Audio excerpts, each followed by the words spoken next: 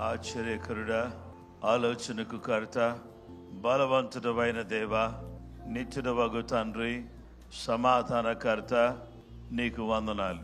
మా మంచి యేసయ్య, నీ బిడ్డలమైనటువంటి మమ్మలను మీరు జ్ఞాపకం చేసుకోండి దేవా. మీరు మాతో మాట్లాడండి. నీ దాసుని నీ దాపున మరుగుపరిచి మాతో అందరితో మాట్లాడమని మా ప్రాంతమును, మా దేశమును, మా ప్రజలను, మా నాయకులను సమస్తమును నీ చేతుల్లో పెడుతున్నా. నీ చిత్త ప్రకారంగా సమస్తం జరిగించండి. యేసు నామములో అడుగుచున్నాము తండ్రి, ఆమెన్.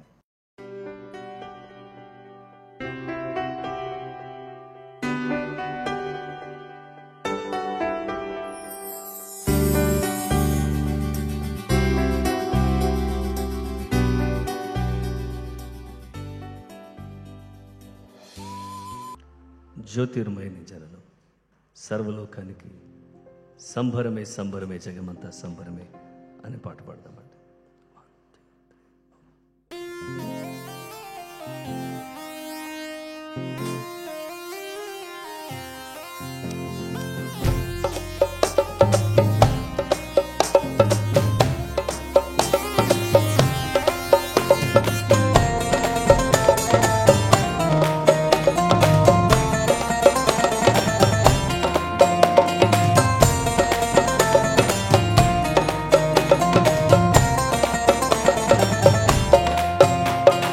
జ్యోతిర్మయని జననం, సర్వలోకానికి సంబరమే సంబరమే, జగమంతా సంబరమే.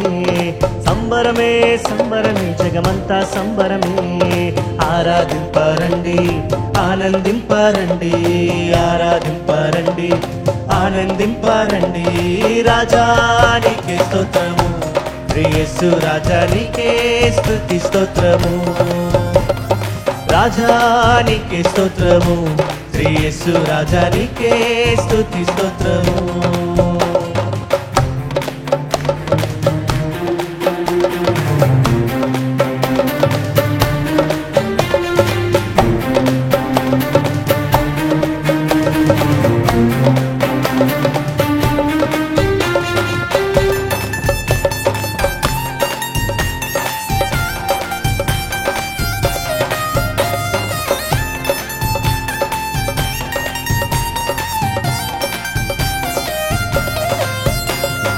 పాప చీకటి తొలగింప వెలుగుగా వచ్చేను, వ్యాధి బాధలు తొలగింప వైద్యునిగా వచ్చేను. పాప చీకటి తొలగింప వెలుగుగా వచ్చేను, వ్యాధి బాధలు తొలగింప వైద్యునిగా వచ్చేను. అద్భుతకరుడు, ఆది దేవుడు, ఆశ్చర్యకరుడు, అద్వితీయుడు, అద్భుతకరుడు, ఆది దేవుడు, ఆశ్చర్యకరుడు, అద్వితీయుడు. రాజానికి స్తోత్రము, యేసు రాజానికే స్తుతి స్తోత్రము. రాజానికి స్తోత్రము, యేసు రాజానికే స్తుతి స్తోత్రము.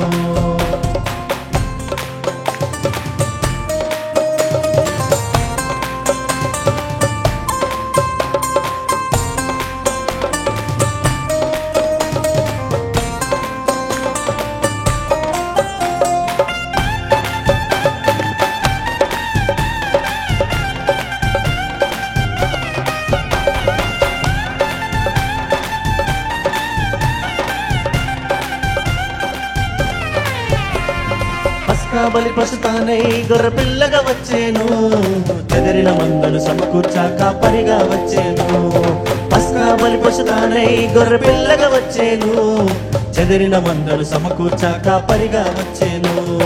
మంచి కాపరి, గొప్ప కాపరి, ఆత్మల కాపరి, ప్రధాన కాపరి.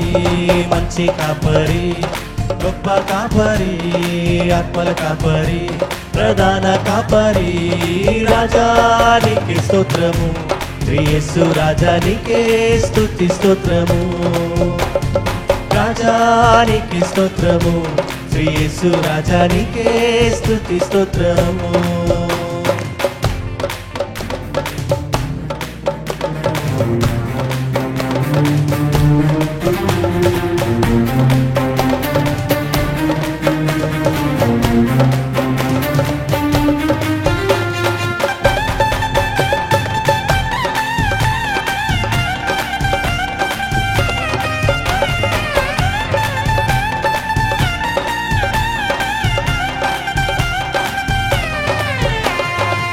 ధనవంతులుగా చేయుటకు దీనుడుగా వచ్చేను, చచ్చిన మనలను బ్రతికింప జీవముగా వచ్చేను. ధనవంతులుగా చేయుటకు దీనుడుగా వచ్చేను, చచ్చిన మనలను బ్రతికింప జీవముగా వచ్చేను. శ్రీమంతుడు శ్రీయేసుడు రాజాది రాజు షాలేము రాజు. శ్రీమంతుడు శ్రీయేసుడు రాజాది రాజు షాలేము రాజు. రాజానికి స్తోత్రము, యేసు రాజానికే స్తుతి స్తోత్రము. రాజానికి స్తోత్రము, యేసు రాజానికే స్తుతి స్తోత్రము.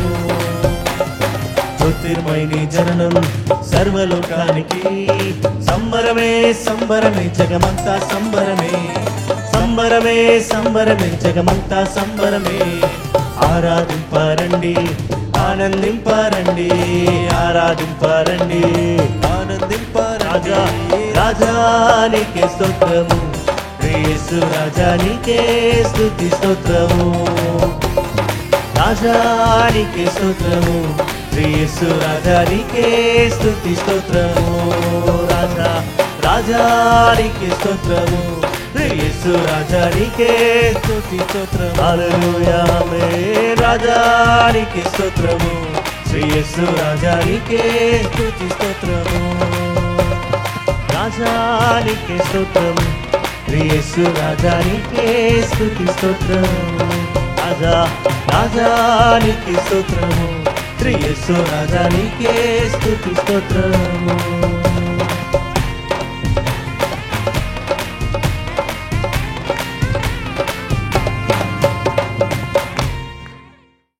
అత్యున్నత సింహాసనముపై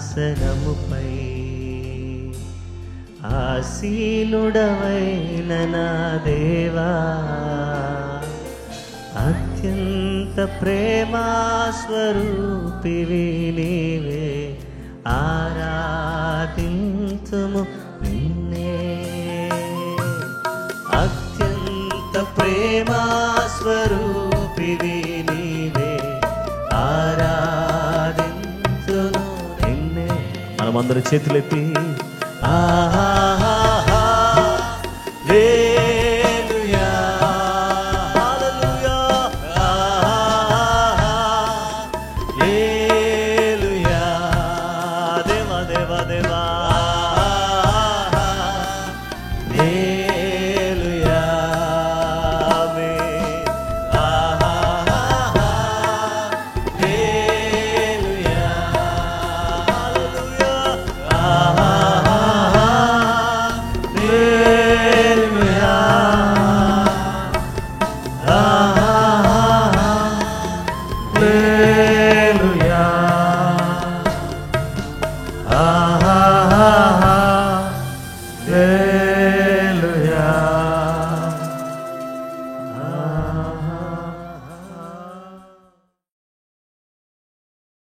పరిశుద్ధ దేవుని దూత ఏం చేశాడంటే వర్తమానాన్ని తీసుకుని వచ్చాడు. అయితే ఈ దూత గాబ్రియేలు, ఈ గాబ్రియేలు దూత మనకు కనబడేటటువంటి ఈ గాబ్రియేలు దూత ఇక్కడ కనబడ్డాడు.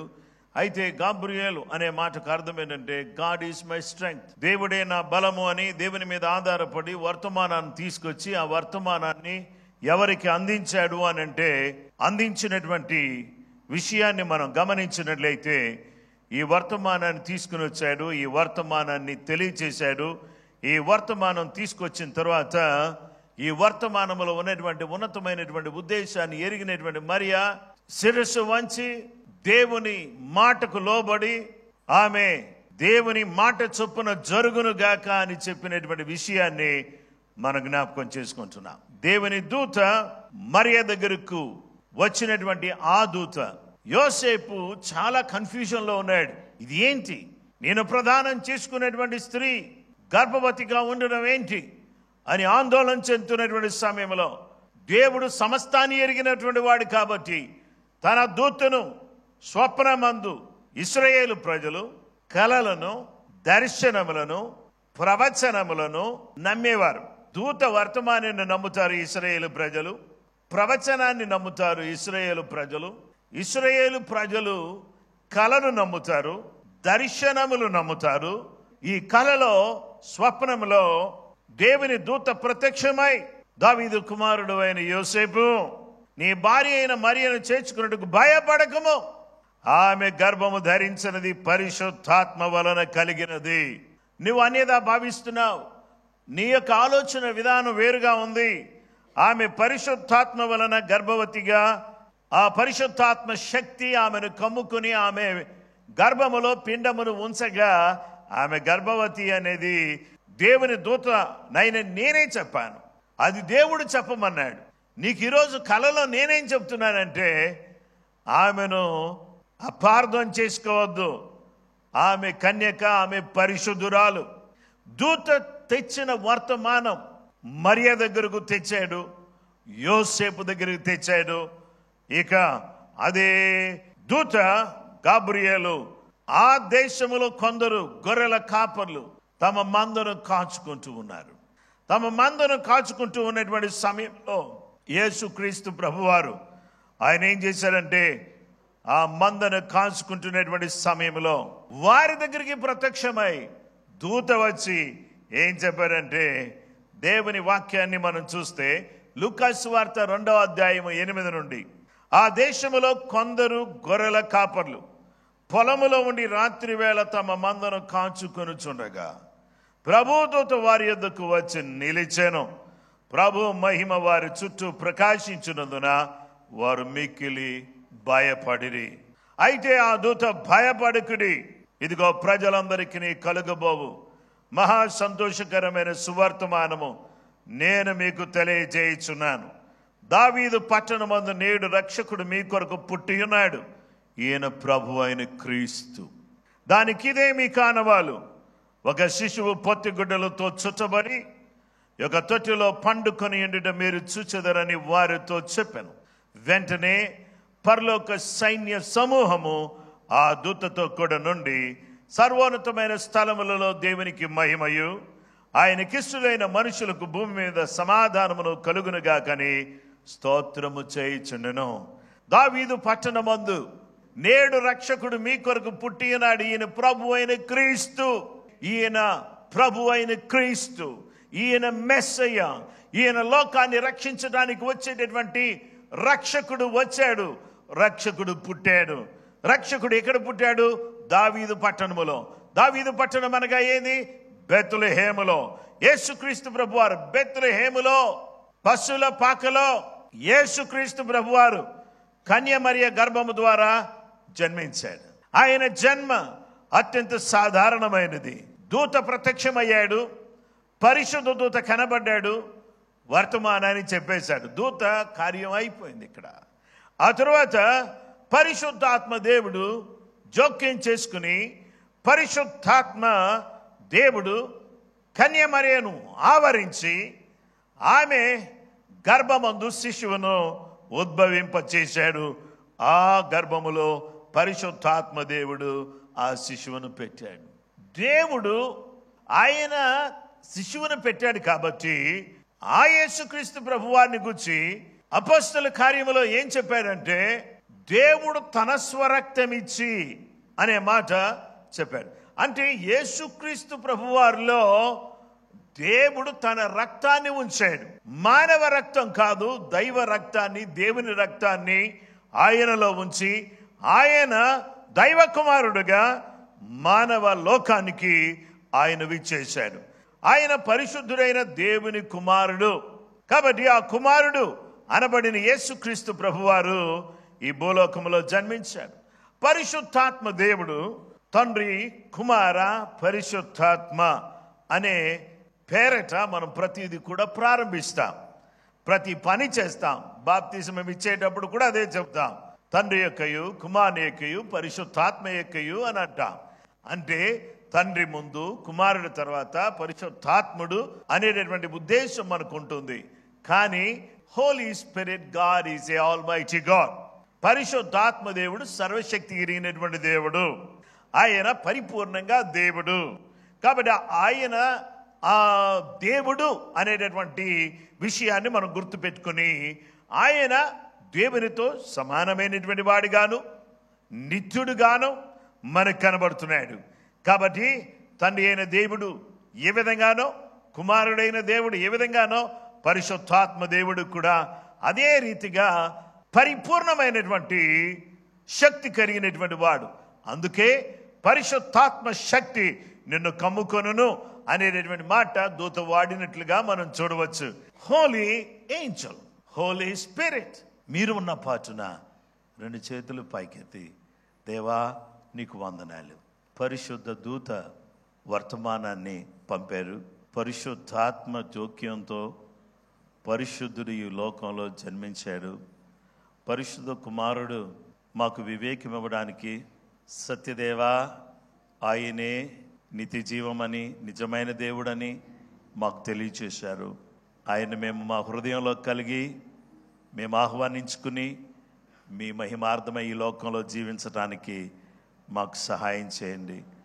పరిశుద్ధ దేవా, నిన్ను ఆరాధించడానికి నీ కృప మాకు దయచేయండి.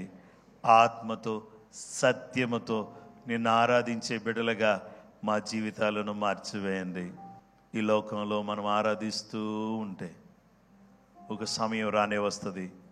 ఆ టైంలో ఈ లోకాన్ని విడిచిపెట్టిన మనం ఆరాధించటం మాత్రం మానం. 24 గంటలు 365 రోజులు ప్రపంచంలో ఉన్నటువంటి అధిక జనాభాతో పూజింపబడుతూ కొనియాడబడుతున్నటువంటి దేవుడు యేసు ప్రభువారు. ఆ యేసు ప్రభువారిని అల్పులమైనటువంటి మనం ఆరాధించే భాగ్యం మనకు దక్కింది. ఈ భాగ్యాన్ని గుర్తు చేసుకుని, యేసు ప్రభువా, నాయనా నా ఇంటిలో నిన్ను ఆరాధించేటటువంటి విధానాన్ని, నేను వ్యక్తిగతంగా నిన్ను ఆరాధించడానికి నాకు సహాయం చేయండి అని అందరూ కూడా స్తోత్రం చెప్పండి.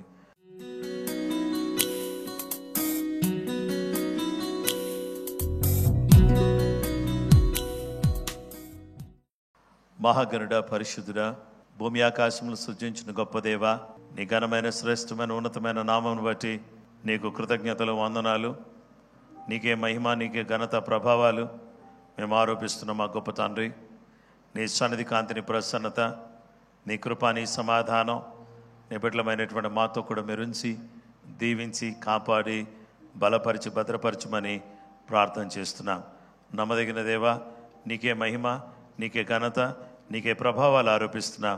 ఈ ఆరాధన అంతటిలో కూడా మీరు చేసిన కార్యాలను బట్టి నీకు కృతజ్ఞతలు సమర్పిస్తూ, నజరేయుడా, నమ్మదగిన దేవా, నీకే మహిమ, నీకే ఘనత, ప్రభావాలు ఆరోపిస్తూ ప్రతి బిడ్డను కూడా మీ నామములో దీవించమని, నూతనమైనటువంటి గొప్ప కార్యాలు బిడ్డల కొరకు మీరు చేసి మీ నామాన్ని గణపరచుకోమని ప్రార్థన చేస్తున్నాం.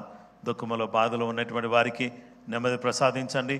దూర దేశాల్లో ఉన్నటువంటి వారికి నెమ్మది దయచేయండి. అలాగే ప్రభువా, నైనా అందరికీ సమాధానం దయచేయండి. ప్రతి కుటుంబాన్ని మీ నామములో జ్ఞాపకం చేసుకుని దీవించి బలపరచమని యేసుక్రీస్తు ఘనమైన పరిశుద్ధ నామములో ప్రార్థన చేసి వేడుకొనుచున్నాం మా పరలోకపు తండ్రి. ఆమేన్.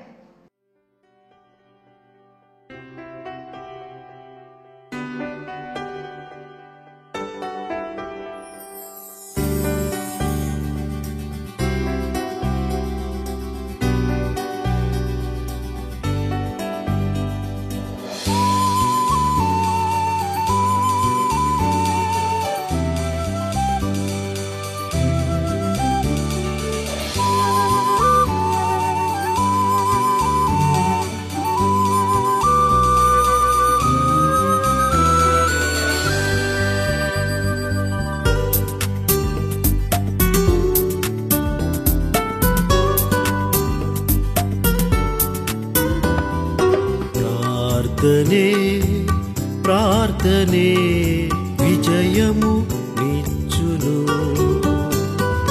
ప్రార్థనయందు ఆసక్తి కలిగియుండుము. హల్లెలూయా, హల్లెలూయా, హల్లెలూయా, హల్లెలూయా, హల్లెలూయా, హల్లెలూయా, హల్లెలూయా, హల్లెలూయా.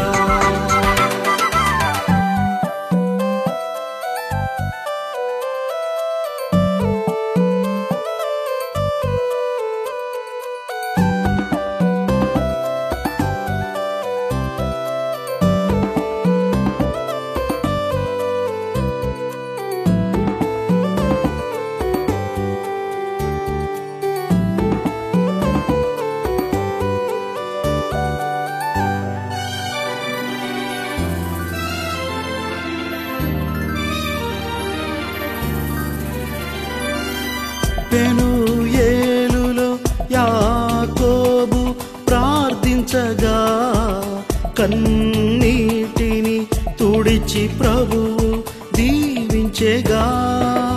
పెనూయేలులో యాకోబు ప్రార్థించగా కన్నీటిని తుడిచి ప్రభువు దీవించెగా.